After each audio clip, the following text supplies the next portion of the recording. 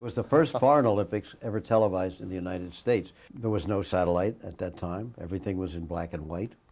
But thank God there was videotape, but there couldn't have been any televising of the Olympics.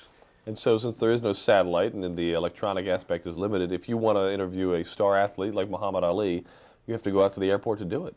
Well, as a matter of fact, we did do him. But he, of course, was not Muhammad Ali. He was Cassius Marcellus Clay from Louisville, Kentucky, who had actually been named after a man way back in maybe around Civil War time, a white man who had been particularly good to the African-American people of that time.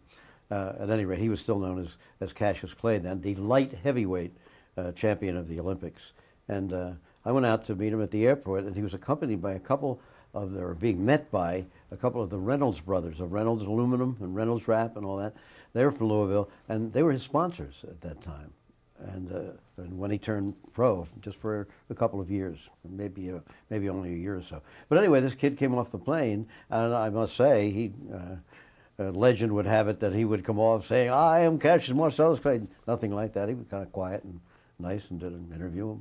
Went on his way with the Reynolds brothers. So there were no sparks and no sense of showmanship in him yet? No, there was in the ring at the Olympics. You know, he was dancing and very flashy and very, very good, of course. One other thing about the Summer Games. Of all the events, I remember Abebe Bikila. Abebe Bikila, the marathon runner from Ethiopia, running in his bare feet through the streets of Rome and under the Arch of Hadrian, the victory arch of the people who had conquered his country, of course, Ethiopia, not too many years before.